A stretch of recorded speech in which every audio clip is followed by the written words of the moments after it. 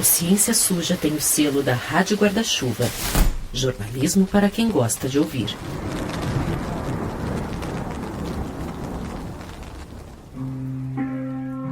Menos de meio século separam o primeiro bebê de proveta dos dias de hoje, em que mais de 10 milhões de pessoas foram geradas por técnicas de fertilização. Mas não, gente, esse episódio aqui não é sobre a ciência e a ciência suja da reprodução assistida. Quem fez um podcast todo sobre isso é a jornalista Natália Cariati. Ele se chama Reinventando a Natureza e já está disponível nas plataformas.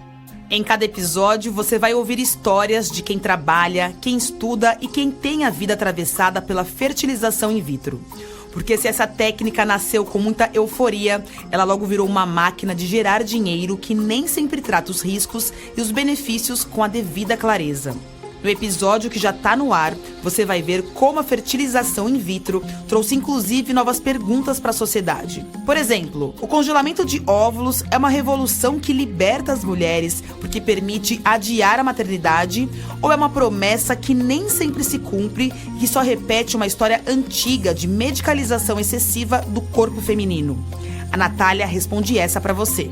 E no episódio que chega amanhã, ela volta na história da fertilização in vitro e mostra como hoje tem gente vendendo pacotes de serviço que até triplicam o preço desse procedimento, com a alegação de que ajudariam a mulher a engravidar. Mas não é bem assim. Então não esquece de depois assinar o Reinventando a Natureza no seu tocador e escutar todos os meandros fascinantes por trás da reprodução assistida. E se você é homem e acha que esse podcast não é assunto pra você, já começou errado.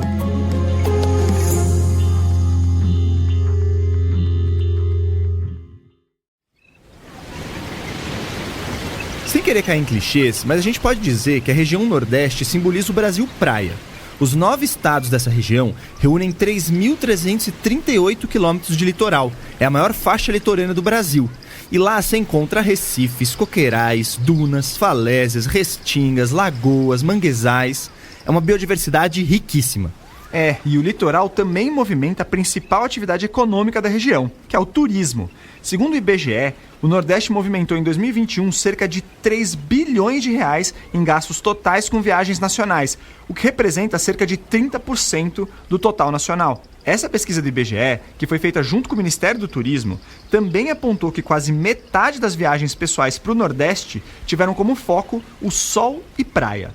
Mas além do turismo, a pesca é uma fonte de renda importante no Nordeste. Em 2022, foram contabilizados mais de 1 milhão de pescadores profissionais no Brasil todo. Isso de acordo com o Ministério da Pesca e Aquicultura. Tudo para dizer que o bioma marinho é o coração dessa região. E aí, um acidente em 2019 ameaçou tudo isso. As manchas de petróleo avançam pelo litoral e chegam perto do Recife. Barreiras de corais e áreas de mangue estão entre os ambientes atingidos. Para te lembrar desse evento, a gente contou com o Caio Santos, que é de Recife e produziu esse episódio todo. O Caio é fundador da produtora Griot Podcasts e é um baita comunicador. E ele também tem mestrado em Ciência Política pela Universidade Federal do Pernambuco, a UFPE. O cara é brabo. Fala aí, Caio. Oi, Theo. Oi, Carol. Prazer imenso estar aqui com vocês nesse episódio. Eu sou Caio, sou aqui de Recife. E assim como outras pessoas que vão aparecer nesse episódio, eu também cresci acostumado com visitar praias e ter as praias por perto, né? Então, essa história que a gente vai contar hoje, ela impactou bastante. Era agosto de 2019, quando essa tragédia aconteceu. Em algumas praias na Paraíba e em Alagoas, a população começou a notar manchas pretas surgindo do mar. E aí, automaticamente, os municípios vão se conectando, alertando o mundo da situação. Nesse momento, Silvanda Galvão, engenheira ambiental e funcionária da CPRH, a Agência de Meio Ambiente do Estado de Pernambuco, recebeu o alerta. Então, assim, de Alagoas para cá, a gente recebeu as primeiras comunicações que foram feitas pelos municípios. Então, os municípios avisaram, e aí nesse intermédio de período, assim, né, que veio avançando o derramamento do óleo, começou a atingir primeiras unidades de conservação federais. As manchas continuaram avançando da Costa dos Corais, que é essa unidade de conservação federal, até a Costa de Guadalupe, de jurisdição do estado de Pernambuco. Então, de Guadalupe para cá, já veio o comunicado, se prepara porque ele está avançando muito rápido, o derramamento do óleo. E o derramamento do óleo chegou numa proporção que ele não chegou só na praia. Ele chegou na praia e adentrou alguns estuários. O óleo foi se espalhando também pelos estuários. E aí a gente percebeu que isso poderia se espalhar para as outras unidades de conservação. O alerta foi geral e a percepção de Silvanda e seus colegas virou realidade. Rapidamente as manchas estavam espalhadas. O óleo se espalhou por mais de 2.000 quilômetros da costa nordeste. Já foi visto em 9 estados e em pelo menos 200 municípios. Zonas de mangue e recifes de corais foram diretamente afetadas pelo vazamento. As praias paradisíacas, essas que eu falei no começo que estava tão acostumado a visitar, e as comunidades pesqueiras ficaram desesperadas. As cenas chocaram. Pouco a pouco, as manchas escuras tomaram o visual das praias nordestinas. Aí veio a segunda mancha, a da desinformação, ou do excesso de informação. As pessoas começaram a ser bombardeadas com conteúdos nas redes sociais e no WhatsApp. E era uma salada de informações, oficiais, mentirosas. Tinha até gente com autoridade trazendo informação falsa. Do governo federal da época, bom, você sabe o que esperar, né? Obviamente não temos bola de cristal para descobrirmos rapidamente quem foram os responsáveis por esse ato criminoso, mas as providências sempre tomamos. Essa não é nem a fala mais absurda do então governo Bolsonaro, e durante o episódio eu vou te provar isso. Mas se teve isso, se teve essa desinformação, também teve a população se juntando para tentar ajudar. Muitas pessoas se sensibilizaram com a situação. Uma dessas era João Paulo Gomes, na época estudante de gestão ambiental no Instituto Federal de Pernambuco, que fica em Recife, mas o João é de Goiânia, uma das cidades de Pernambuco afetadas pelas manchas. No derramamento eu estava aqui. Tava aqui, mas tiveram ônibus, né, para ser voluntariado, saindo daqui da Universidade Federal de Pernambuco, também participei. E assim, os meses passavam, cheios de desencontros entre as autoridades da gestão pública, as demandas da população e os cientistas. A gente querer fazer mais do que a gente pode fazer, a gente saber que poderia ter sido feito de outra forma e não ter voz também para dizer, não é por esse caminho. O estrago desse desastre foi enorme, e em várias categorias. Foi um estrago ambiental. A gente sabe que teve impactos na biodiversidade local. Social. Um fotógrafo que ele tirou e essa foto viralizou, até no Times ela apareceu, no New York Times, que foi de uma criança de braços abertos tentando tirar o óleo do mar, que era na frente da barraca da mãe dele. E político. Só veio se alertar o governo, né? Só veio a se atinar com relação à importância do evento quando atinge a economia. 5 anos depois dessa tragédia ambiental no litoral nordestino, muitas respostas ainda não foram encontradas. O Brasil aparentemente seguiu em frente, mas o que teve de ciência suja ali e o que ficou de lição? Como a ciência se prepara para evitar que novos crimes ambientais como esse aconteçam? E de que maneira a principal fatia da população afetada pelas manchas no litoral foram assistidas? O Caio foi atrás dessas respostas e acabou parando numa ilha na região de Recife que despertou lembranças pessoais e um histórico de racismo ambiental. Como vai ter pai? Tá bem. Né? Ela mesma. Eu sou o Telro Preste. E eu sou a Carol Marcelino. Esse é o Ciência Suja, o podcast que mostra que em crimes contra a ciência, as vítimas somos todos nós.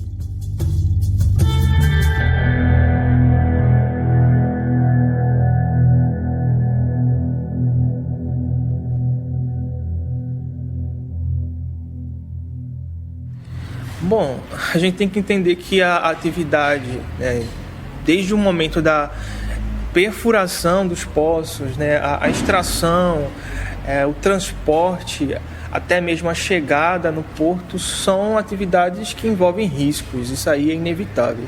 Essa é a voz do João Paulo que você ouviu no começo do episódio, falando sobre os riscos inerentes da extração de petróleo. Então agora vamos apresentar ele direito. O João é gestor ambiental com mestrado em desenvolvimento e meio ambiente pelo FPE e hoje está no doutorado em desenvolvimento e meio ambiente na Universidade Federal da Paraíba, a UFPB. E talvez você tenha ouvido um barulho de fundo quando ele estava falando, né?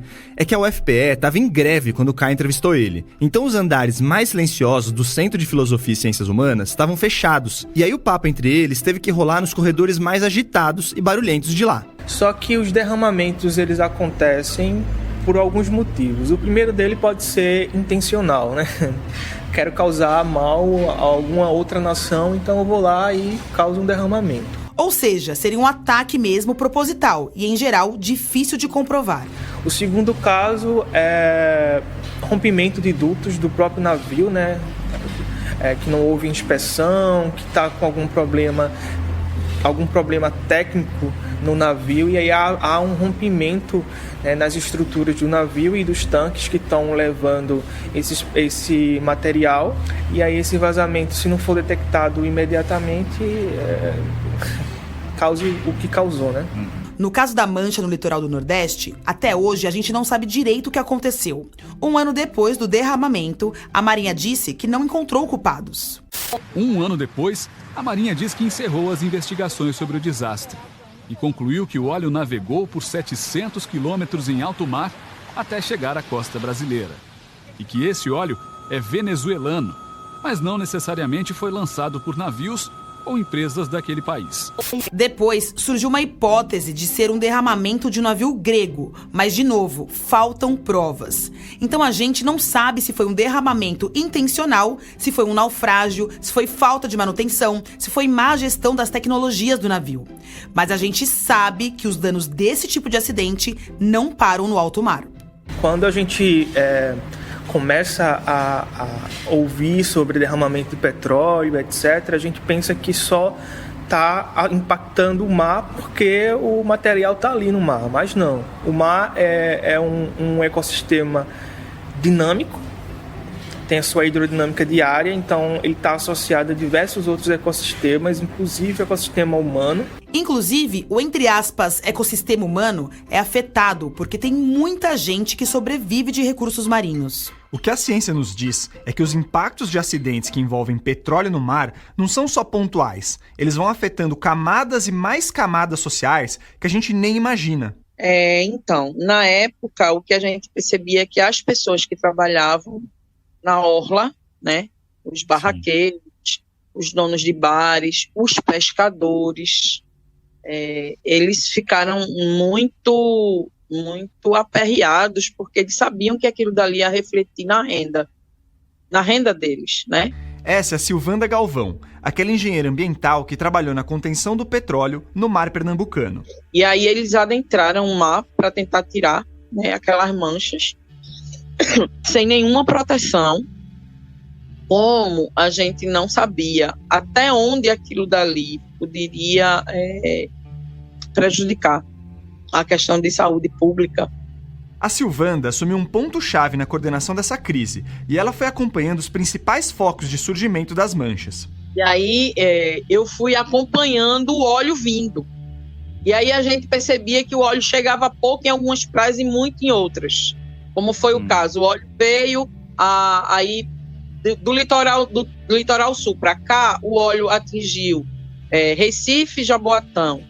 Aí atingiu pouco Olinda, muito pouco. Mas atingiu muito Paulista. Paulista virou um rio. A situação nos dias iniciais levou o governo de Pernambuco a providenciar a compra de EPIs, equipamentos de proteção individuais, que são basicamente luvas, sacos, botas e máscaras. Mas eles não davam conta de tanta gente que já estava na água para tentar ajudar. E o petróleo, gente, ele deixa um cheiro forte no mar. E com os dias, ele vai ficando com uma consistência pegajosa. As pessoas entravam e pegavam com a mão, assim, porque o óleo, quando ele vai passando muito tempo em contato com o mar, ele vai ressecando. E aí ele vira uma massa. E aí os impactos foram sentidos também na saúde das pessoas. Estava na linha de frente, a gente pôde, naquele momento, identificar ali os efeitos a curto prazo, né? Intoxicação, por inalação, por contato e etc. Isso é o que a gente sabe que aconteceu naquele momento, né? Porque o negócio é que um dos jeitos de tirar o óleo do mar e das areias é mecânico mesmo. São redes de contenção e, como deu para ouvir, mãos e pás, e tratores de remoção também. Tem outras formas de fazer isso? Tem, claro, como a biorremediação, que é mais eficaz e que causa menos impactos ao meio ambiente. E tem a biorremediação, né, através de biotecnologias que a gente pode utilizar, por exemplo, bactérias que consomem petróleo. E aí colocar naquele ambiente para reduzir, além de outras técnicas. E claro que muitas vezes as técnicas são usadas junto, mas a remoção mecânica é mais barata e, por isso, geralmente é a preferida dos gestores públicos. Ainda mais num país onde o orçamento destinado para a prevenção de desastres ambientais é pequeno. E aí, os técnicos que estão na ponta e que trabalham em órgãos públicos do meio ambiente, que se virem com pouca grana e com pás, redes e uns tratores. A gente conseguiu botar uma rede de pesca mesmo. A gente juntou a rede de pesca, né, amarrou e fez uma contenção provisória até a oficial chegar, que é a de isopor, que é flutuante. As redes de contenção, pela própria definição do nome, impedem que o óleo se espalhe ainda mais. Então, na verdade, ela tem uma boia em cima e ela fica uma redinha submersa com os pesozinhos. Se o bloco, né, de óleo ele for superficial, essa parte de contenção que boia já empata, tá? E ali a gente tira, né? O problema é quando o óleo não é superficial. Agora, se ela for submersa, esse é que é o problema, porque a gente não tem rede suficiente para atingir o solo embaixo. E dependendo da velocidade da maré, ela se parte. Segundo a Silvanda, é praticamente impossível conter o óleo quando o volume e a velocidade das correntes é muito grande. Ela citou o exemplo do estuário Merepe, que fica na unidade de conservação de Guadalupe, em Pernambuco. E as unidades de conservação, aliás, são áreas estabelecidas por leis estaduais ou federais, onde várias atividades com impacto ambiental são muito restritas ou proibidas. Elas também são chamadas de APAs, Área de Proteção Ambiental. Então, na época, um estuário, se eu não me engano, foi o Merepe, que é o da Sul, né, da Unidade Sul, Unidade de Conservação de Guadalupe, ele foi atingido. Então, assim, o desse estuário, ele formou placas que tiveram que ter mergulhadores para retirar do solo. Placas de petróleo, que a gente chamava de óleo, né? As placas de óleo. A Silvanda trabalhou muito nos 3 meses seguintes ao surgimento da mancha, fazendo articulações e outras ações. E aí ela falou pra gente sobre as dificuldades de lidar com as diferentes formas de administração dentro dos âmbitos municipal, estadual e federal. A CPRH já estava com a caminhonete cheia de EPIs e a gente estava tentando distribuir os EPIs nas praias. E eu, na verdade, eu tenho, como a gente diz, eu tenho vergonha alheia do que aconteceu com a equipe da CPRH, que foi, na época, a gestão municipal. Ela não queria que a gente entregasse os EPIs, porque o prefeito não estava lá. Você entendeu? O órgão que a Silvanda trabalhava, a CPRH, estava querendo enviar equipamentos de proteção para os funcionários e até para os voluntários, para a população mesmo, para eles tirarem o óleo das praias com um pouco mais de segurança. Era um negócio urgente. Cada dia a mais, era mais gente potencialmente se intoxicando nessa tentativa de ajudar. Mas, segundo ela, a autoridade local queria segurar a distribuição porque não estava lá para fotinho que sairia na imprensa. Noção zero do que é uma tragédia ambiental. E assim, parece que existe um costume no poder público brasileiro que é pensar no meio ambiente só na hora da urgência, quando as coisas chegam no extremo. A parte de prevenção fica escanteada. Ouve só o João Paulo de novo. Então a agenda ambiental foi colocada de lado como algo que não era tão importante naquele momento e a gente tinha um plano de contingência, esse plano de contingência também foi desarticulado. Planos de contingência existem para caso haja um derramamento, todo mundo saber o que fazer rápido. É um modelo para prevenir maiores danos, é um modelo de redução de danos, vai? Mas valorizar isso não costuma render voto, principalmente em governos com agendas negacionistas.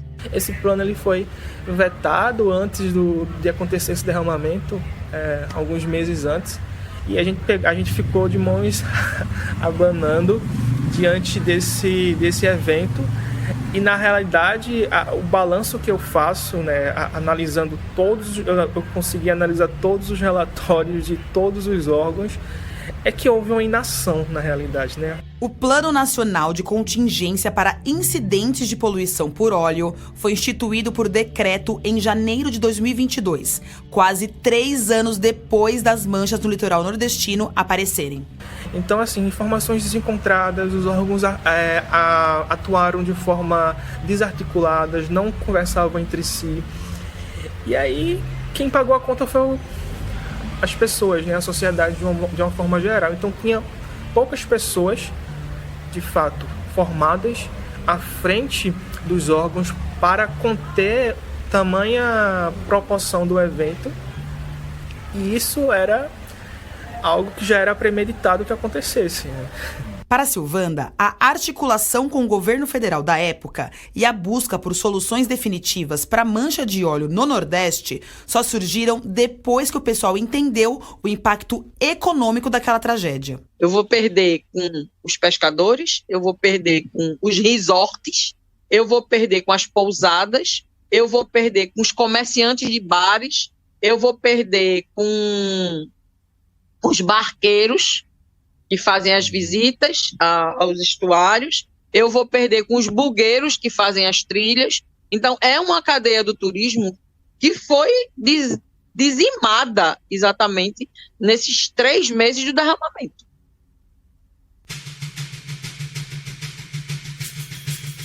Quando a gente revisita os dias mais agudos da crise ambiental, dá para ver que a estratégia das autoridades federais era empurrar a culpa para os outros e minimizar o estrago.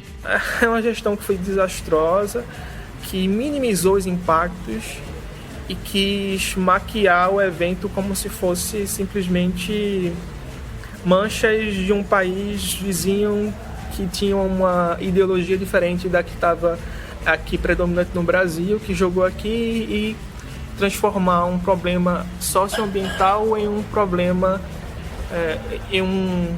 uma estratégia de politicagem. E nessa onda vieram as declarações mais bizarras. Parecia um aquecimento para o show de horror da gestão na pandemia, que começaria em 2020, 1 ano depois, e que o Ciência Suja abordou na primeira temporada em detalhes.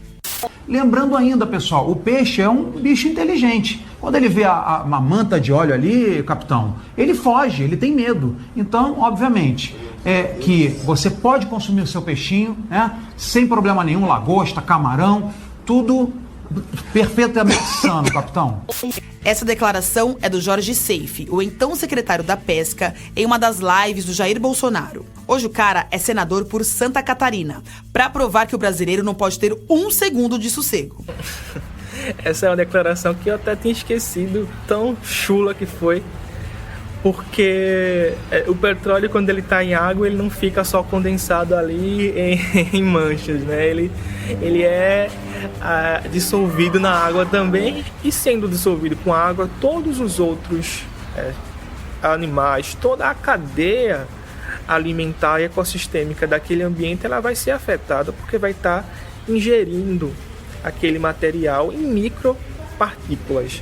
Então o peixe até pode desviar de uma manchona grande de petróleo, mas não de micropartículas que vão sendo acumuladas em uma teia alimentar que vai desde o fitoplâncton até os seres humanos. E o show de bobagens não veio só do Jorge Seife. É claro que o chefe da trupe tinha que falar algo. Obviamente, de vez em quando fica uma tartaruga ali na mancha de óleo, para não falar que ninguém fica, né? Claro. Um peixe... Um golfinho pode ficar. Não foi só um golfinho ou um peixinho, não. 1 mês depois da mancha aparecer, já tinham pelo menos 12 animais que foram resgatados completamente cobertos de óleo. A maioria deles morreu. E isso sem considerar os que morreram no mar mesmo, e os incontáveis caranguejos, guaiamuns e outros bichos que foram oleados, como diz o João Paulo. Tem matéria de sobra na internet sobre isso.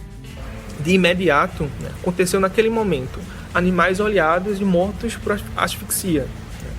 Mortos porque ingeriram uma quantidade muito grande de material. Justamente em 2019, o João estava terminando a graduação em Gestão Ambiental no Instituto Federal de Pernambuco. E Goiânia, a cidade natal dele, tinha sido muito impactada pela mancha. Eu vou só reforçar aqui, gente, que Goiânia não é Goiânia, tá? Pelo óbvio. Bom, então ele resolveu fazer uma pesquisa sobre esse episódio. O meu estudo é baseado em efeitos, e efeitos são a médio e a longo prazo. Eu estudei a médio prazo. O que é que a gente pode identificar? A gente pode identificar que houve perturbação nesses ambientes, a dinâmica dos ambientes ecossistêmicos que tiveram uma maior quantidade de petróleo foi modificada. Quer um exemplo bizarro? A gente observou também que há uma modificação na estrutura genética de alguns animais, por exemplo, nos órgãos reprodutores e sexuais. O desastre afetou o DNA desses bichos e tem mais pepino. A proliferação de espécies invasoras, né, e agressivas, que não é daquele ambiente. Então elas começaram a dominar aquele espaço ali, porque elas viram um momento oportuno. A gente chama também de espécies oportunistas, né? Quando as outras espécies elas estão ali sofrendo com o material, o petróleo, essas outras espécies começaram a colonizar aquele local. O João Paulo também contou um caso específico do litoral pernambucano que é muito esclarecedor. 2 anos após esse evento, a gente pôde observar que essas tartarugas deixaram de aparecer no litoral sul, mudaram sua rota para o litoral norte e foi observada por pescadores também essa modificação de espécies que nunca antes apareceram lá. Por quê? Porque o litoral norte não foi afetado na mesma proporção. No fim, é um efeito dominó. Mexeu com um elemento do ecossistema, o resto vai caindo tudo junto. E nessa sequência, os impactos sociais também se arrastaram. A gente diz que o derramamento foi 3 meses, que a gente trabalhou 3 meses diários, né, para retirar o óleo. Mas a pesca, eu acho que aquilo dali perdurou por mais de 8 meses. Então a comunidade pesqueira, ela passou fome fundamentada em discursos aleatórios, sem fundamentação nenhuma, tá, de política social. Uma das ações que o governo Bolsonaro mais bateu no peito foi a criação de benefícios em dinheiro para os pescadores que não estavam conseguindo vender os pescados. O Ministério da Agricultura começou hoje a pagar o auxílio emergencial para os pescadores artesanais de municípios afetados pelo derramamento de óleo no litoral. Cerca de 65 mil profissionais vão ser beneficiados. O problema é que houve uma grande discussão sobre quem tinha direito ou não ao benefício. Das pessoas chegarem para dizer assim, não, só o pescador da praia que foi encontrado óleo é que tem direito ao benefício. Quem era de Itapissuma, que não tinha atingido óleo, não foi cadastrado. Porque a política de governo federal dizia que não era para cadastrar. Só que o pescador de Itapissuma também foi prejudicado. Só que, como a gente já deixou claro, todo o ecossistema marinho da região é afetado por um desastre desse tamanho. Não é só a praia que está pintada de óleo que sofre as consequências. E como eu estou te falando, né, a cadeia pesqueira está interligada. Afetou uma comunidade pesqueira em outro estado, vai afetar todas as comunidades pesqueiras porque elas estão em rede. E o mar, ele não tem um muro, né, que vai dividir, aqui partículas de óleo vai passar, para cá não vai. Durante o mestrado, o João também estudou o impacto do derramamento de óleo na saúde dos pescadores. Segundo ele, foram mais de 500 mil profissionais impactados, até porque o derramamento do óleo não ficou só no Nordeste, e foi para o Rio de Janeiro e Espírito Santo. Algumas doenças são associadas à exposição ao petróleo, né? Principalmente o petróleo da forma como ele foi encontrado, o petróleo cru.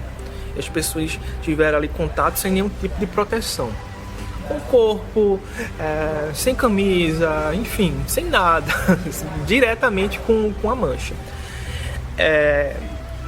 A curto prazo, como eu já tinha falado, a gente pode identificar intoxicação, coceira, dores de cabeça, tontura, enjoos, mais sintomas ali diretos, né? E tem também os efeitos que vão surgindo com o tempo. A médio prazo e a longo prazo, essa exposição pode contribuir para o desenvolvimento de outras doenças no trato respiratório e até mesmo doenças relacionadas a cânceres diversos, né? Talvez futuramente essas pessoas nem façam essa associação, porque não está tendo o acompanhamento que deveria ter. Até por isso, tinha um plano de monitoramento durante 10 anos das pessoas que foram expostas ao petróleo. As autoridades de Pernambuco chegaram a solicitar por um tempo que as secretarias municipais de saúde fizessem cadastramento de quem teve contato direto com óleo. Você tinha que ir lá para dizer que tinha feito, a agente da CPRH fez cadastro e era para monitorar a saúde da gente pelo menos durante os 10 anos. Mas depois que houve o evento, você vai nos postos, por exemplo, né, dos postos de saúde, que a gente fez o cadastro, e eles não falam mais nisso. Até onde a gente viu, nenhum desses monitoramentos continuou. Tirando pesquisadores como João, não tem muita gente falando sobre esses impactos. A gente foi atrás da Secretaria Estadual de Saúde de Pernambuco para ouvir eles sobre esse assunto, mas a gente não teve resposta até o fim da edição desse episódio. Na volta do intervalo, o Caio Santos, o produtor desse episódio, vai para uma ilha na região metropolitana de Recife para mostrar um outro lado dessa história. Aguenta aí.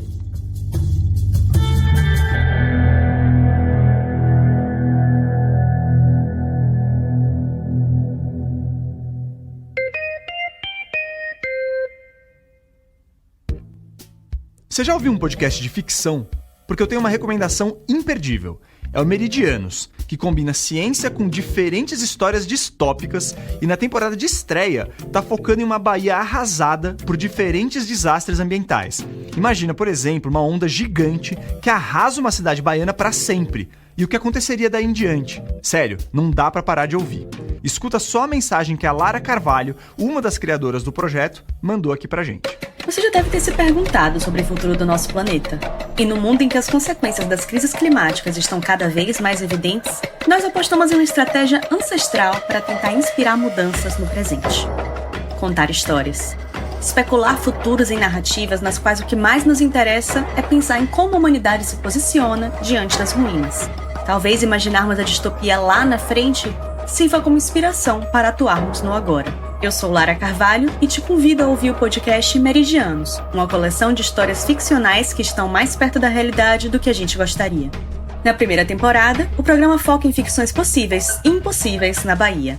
Afinal, penso no absurdo, na Bahia tem precedente. Meridianos, disponível em todas as plataformas de áudio. E agora um recado da Rádio Novelo. Em 2007, o Daniel Navarro Sonin estava mudando de canal e parou no Casos de Família, aquele programa do SBT. O tema daquele dia era Só Você Não Sabe o Quanto é Esquisito.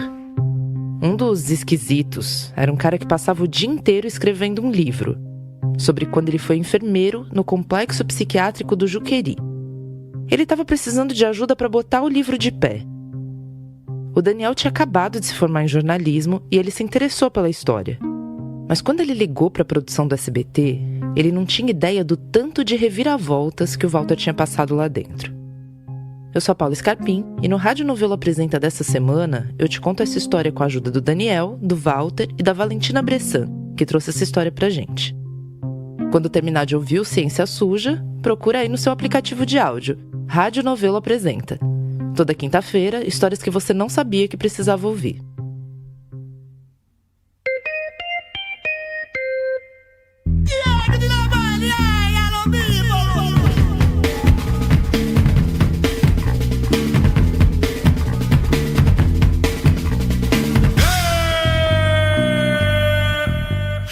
Com o tempo, os resorts lotaram de novo, os rodízios de sushi, restaurantes e quiosques das praias voltaram a servir peixes suculentos. O turismo no Nordeste se manteve ativo.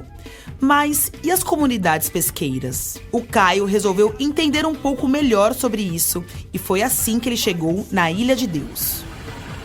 Cheguei aqui na Ilha de Deus. Tô indo encontrar o Fly no caranguejo Ussá. E é isso, vamos nessa. Eu escolhi ir até a Ilha de Deus porque uma das coisas que mais me chamou a atenção nas conversas com Silvanda e João Paulo foram como eles ressaltaram que não foi um desastre que atingiu apenas as praias, mas sim toda uma cadeia de elementos sociais e biológicos. Silvanda esteve presente em vários locais afetados e João era nativo de Goiânia, uma das cidades que mais recebeu óleo aqui no estado, como a gente já falou aqui. Mas durante toda a pesquisa desse episódio, eu fiquei encucado pensando nas comunidades aqui da região metropolitana de Recife. Meu pai vem de uma comunidade que foi construída em cima do mangue, a Ilha do Chié. Chié é um parente do caranguejo, um bichinho que aparecia muito por lá. Era uma comunidade primordialmente pesqueira, assim como a Ilha de Deus, que fica na zona sul de Recife. A Ilha de Deus é uma zona especial de interesse, a sigla é ZEIS. É uma área com muitos assentamentos precários ou irregulares, e que a prefeitura supostamente se esforçaria especialmente para regularizar e criar moradias dignas. Enfim, a Ilha de Deus fica entre os bairros de Ibiribeira e Pina, cercadas pelos rios Jordão, Tegipió e Pina. Ela é conhecida justamente por ser uma comunidade de pescadores. Os sururus e camarões orgânicos de lá são bem famosos. Antigamente, para chegar na Ilha de Deus, você tinha que usar um barco. Hoje, tem uma ponte que liga a comunidade ao outro lado da cidade. E essa ponte é bem grande. Geralmente tem gente atravessando a pé, de bicicleta, mas ela também comporta passagem de carros. Quer dizer, carro. Dá para passar um carro por vez. Estacionei, desci do meu carro e fui caminhando em busca do meu destino. Eu ia atrás do coletivo de comunicação da Ilha de Deus, o Caranguejo Sá.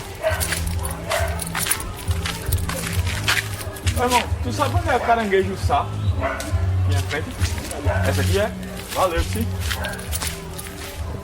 Caminhei pouco num dia chuvoso em Recife até o portão da sede do coletivo. Do lado de dentro do portão estava Edson Fly, jornalista e integrante do Caranguejo Sá. Junto com ele, um senhor que eu acompanhava. Obrigado, vice. Tranquilo. Como vai ter pai? Tá bem. De Dalit, né? É, ela mesma. Fly conhece meu pai pelo movimento negro e social. Os dois fazem parte da luta das comunidades e da militância política pernambucana. Bom, lá na sede do Caranguejo Sá, eu me sentei numa área de convivência com Fly e esse senhor que estava lá. Os bancos eram feitos de material de pneu reciclado e a gente começou a conversar. De primeira, o Fly me deixou um aviso, importante para eu deixar por aqui também. E a nossa ideia não está muito vinculada a essa movimentação do que se compreende como comunitária, tá ligado? Sim. Pensa que eu estava chegando ali em nome do Ciência Suja. Então esse aviso aí é para a comunidade científica, para que quem constrói a ciência não chegue querendo criar a narrativa da comunidade. Isso eles fazem por eles mesmos. Porque, na verdade, a nossa ideia é justamente quebrar com esse conceito de que comunidade fica para depois, que comunidade tem uma narrativa que muitas vezes é a narrativa empírica e tal, onde a ciência chega, subtrai e acaba abstraindo essa potencialidade das comunidades, inclusive porque a gente está em outro tempo, né? É uma ideia para a gente trocar a ideia dos valores, das heranças ancestrais e tal, dessa força ancestral que hoje a gente está tentando, já desde sempre, mas hoje com maior número, com maior possibilidade. E dá para entender o que ele está falando de uma forma bem simples. Dá um Google e leia o que há de registro externo da Ilha de Deus. Eu achei um verbete em um site que gasta a maior parte do texto falando de como a ilha era um refúgio para bandidos. O foco é sempre na escassez, mas Fly vê diferente. A gente está no maior manguezal urbano da América Latina, então imagina isso nos anos 50, nos anos 60, nos anos 70. Então imagina que até os anos 80, um ambiente como esse da Ilha de Deus, tá ligado? Um ambiente como a Ilha de Deus era um ambiente totalmente farto e limpo, nas devidas proporções. Em algum momento, eu senti que estava perdendo o fio da meada. Bons comunicadores fazem isso com você quando são entrevistados. Eles são meio hipnotizantes. Mas esse contexto todo que ele me deu tinha um objetivo: demonstrar como, da ótica dele, crimes ambientais como o derramamento de óleo de 2019 acontecem o tempo todo. E tem sempre um lado da população que sofre. Nunca teve uma política de justiça ambiental em Recife. E esses crimes sempre passaram, tá ligado? Não era que é despercebido. Todo mundo sabia o que era que estava acontecendo, só que não era do interesse de ninguém. Fly falou, por exemplo, que fábricas jogariam os resíduos de sua produção na água e isso afetaria a Ilha de Deus. A gente não conseguiu confirmar isso, mas essa ideia de um dano constante e que a cada passar do tempo vai se tornando irreparável não é exagero. O exagero ele faz parte também dessa ideia, porque se a gente for para o acumulativo, sem dúvida nenhuma. Sim. os lugares onde foram totalmente detonados, eles podem até hoje estar sofrendo e vão sofrer, sem dúvida nenhuma, por muitas décadas, tá ligado? O impacto disso talvez nunca mais se recuperem, tá ligado? Mas também não é diferente o que acontece aqui em Recife em relação, tá ligado, a esse desprezo das águas e tal. Fly tá na Ilha de Deus há 50 anos. E para ele é nítida essa perspectiva de ver aos poucos as políticas e o progresso destruindo uma realidade que sempre foi de abundância natural. É como se o conjunto de dominós tivesse sido derrubado há muito tempo. E ele segue assim, em uma avalanche de pedras caindo e derrubando-as da frente. O derramamento de petróleo de 2020 e 2019, ele é uma releitura ou uma configuração de todos esses crimes que rolam cotidianamente nas águas, nos mares, nos oceanos, nos manguezais, nos estuários de Recife, de Pernambuco, do Brasil. É tudo parte da mesma estrutura que abraça os conceitos do racismo ambiental. Mas a gente está falando de poluição, a gente está falando de ausência de políticas públicas de justiça ambiental e social, tá ligado? Essa é a real no final. A conversa tava boa e Fly acabou esquecendo de almoçar. Liga pra Luciana pedir almoço pra gente. Você tá almoçando ainda não, meu? Não sei não, eu vou almoçar, velho. Ele pediu licença e foi comer enquanto eu fiquei conversando com o senhor que estava presente desde a minha chegada no coletivo. Como é o nome do senhor? José Joaquim Francisco Filho, apelido de Mosquito. Pode falar Mosquito, né? Mosquito, não tem... O Mosquito mora na Ilha de Deus desde 1969. Ele é pescador desde os 7 anos de idade. Eu, desde 7 anos de idade que meu pai já tinha me jogado já. Isso vem de pai para filho, entendeu? Ele também faz parte do Caranguejo Sá. Segundo ele, o coletivo tem a função de passar a informação real para os pescadores. Tem caixas de som espalhadas por toda a comunidade, onde são transmitidos programas da rádio comunitária, que tem a sua transmissão também disponível online. Como pescador, mas também comunicador, ele conseguiu identificar o momento em que mesmo para eles na Ilha de Deus, onde as manchas de óleo não chegaram, houve um impacto. Na mídia, quando foi lançada essa notícia, então realmente ficou difícil de o pescador vender o crustáceo. Entendeu? Porque realmente o óleo ela não atingiu aqui nessa época, mas atingiu de outra forma. Foi de não poder vender o crustáceo. Mosquito se lembra da demora para as vendas voltarem ao normal. De como a cada notícia que saía era um baque na vida deles. Saíam cada vez menos pescados. Ele acabou me confirmando algo que João Paulo e Silvanda disseram. O tal auxílio foi pontual e para poucos. Não, realmente isso não existe não, porque que quando vieram dar uma ajuda ao pescador, então realmente nem todos teve como é que se diz, o merecimento de ganhar. Depois da conversa, pude ver a estrutura da Caranguejo Sá. Perceber que o papel deles dentro da comunidade é fundamental para contornar algo que João Paulo também identificou como uma função da ciência. Bom, a ciência ela tem um papel de desvendar e tirar a venda dos olhares, né? Quando acontece um derramamento, chega enxurrada de notícias, de informações que são desencontradas, né? Muitas das vezes não são verdadeiras, porque a gente hoje vive na era da pós-verdade, né? Aquilo que é verdade, na grande maioria as pessoas dizem que não é verdade, acreditam numa mentira que é implantada, mas não na verdade, então a verdade hoje é mais que escanteada. Então a ciência ela tem esse papel de informar, de buscar a verdade do fato através de um olhar sobre o todo e não sobre as partes, entendeu? E uma coisa eu, João, Silvanda, Mosquito e Fly concordamos. A ciência precisa escutar as pessoas que são atingidas pelos crimes e desastres ambientais. Bem, para ela produzir uma ciência melhor. Então, são teorias e suposições que ficam dentro de uma sala de aula ou dentro de um artigo científico e que não escuta quem de fato foi atingido. João, que você escutou, também falou de um artigo bem interessante que foi publicado pelo professor Gilberto Rodrigues, da Universidade Federal de Pernambuco, com a autoria de Beatriz Silva.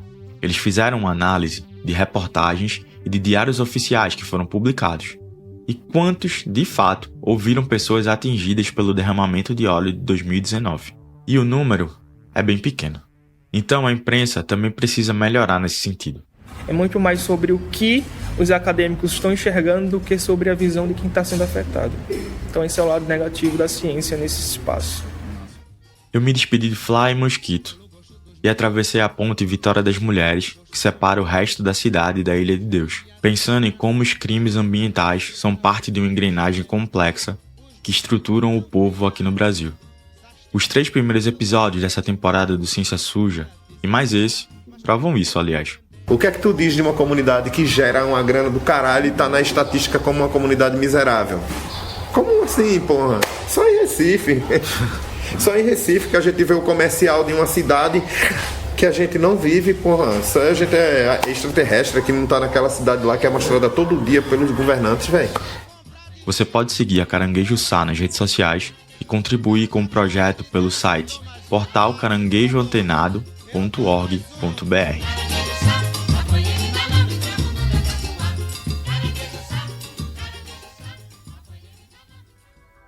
Depois de quase 5 anos da mancha de óleo, ninguém foi verdadeiramente responsabilizado.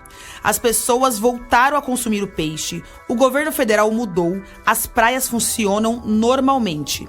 Só em um ou outro momento aparece uma reportagem especial sobre o ocorrido. Mas as comunidades que foram diretamente afetadas têm cicatrizes. Então, como é que essas pessoas estão sendo tratadas? Será que ampliou os serviços, pelo menos os serviços psicossociais dessas comunidades? Será que está tendo acompanhamento da situação de saúde dessas pessoas a longo prazo? Essas pessoas estão recebendo algum auxílio? E a resposta das 3 perguntas é não, não e não. O problema é que depois da mancha de óleo vem a pandemia de Covid. Depois da pandemia, vem as queimadas na Amazônia. Aí depois vem as ameaças à Caatinga, o deslizamento da Serra do Litoral Norte de São Paulo, as enchentes no Rio Grande do Sul. E a gente vai pulando de crise em crise e esquecendo da anterior e de quem foi afetado por ela. E só lembra de fato do evento quem ou pesquisou ou quem viveu. As outras pessoas do senso comum se esqueceram que houve um derramamento de uma proporção tão grande como essa. A gente precisa se lembrar dessas tragédias, delas isoladamente e delas em conjunto também, pra gente entender que quando uma aparece, já é tarde demais pra agir. Tem que fazer alguma coisa, claro, mas a ciência é importante também na prevenção e na redução de danos, e ela, de certa forma, também é construída em cima de memórias. Então valeu, Caio, por não deixar a gente esquecer dessa. Carol, Theo, muito obrigado, tamo junto. Tem muita coisa pra gente contar aqui na parte de cima do país, tanto no norte quanto no nordeste. Muitas histórias que valem a pena serem registradas. Podem contar comigo, com a Griot, pro que precisar, tá bom? Nas redes sociais todo mundo me acha por Caio Griot, tudo junto e sem acento. Um beijo em todo mundo, valeu. Até a próxima.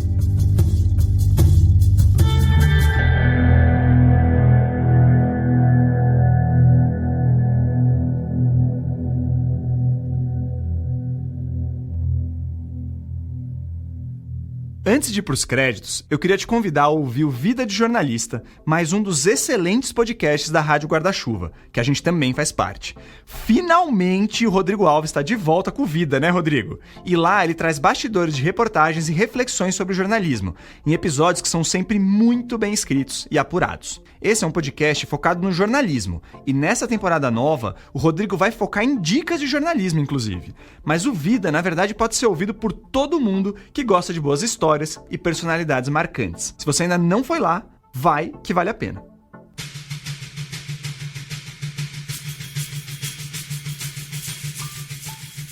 O Ciência Suja tem o apoio do Instituto Serra Pilheira, que fomenta a ciência e a divulgação científica.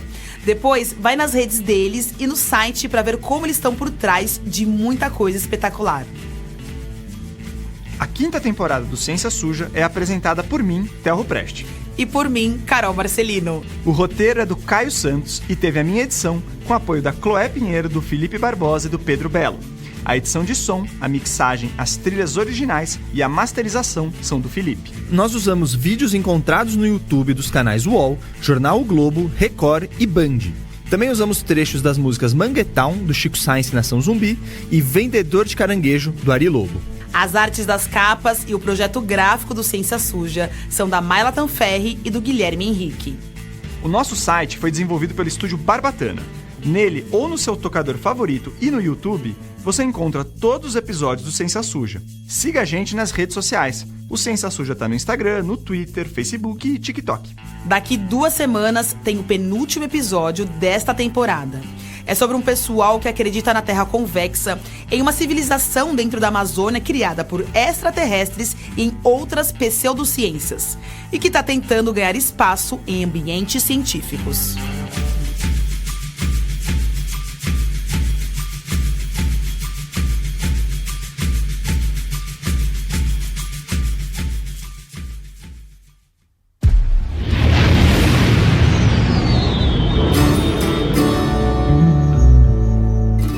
Reportagens.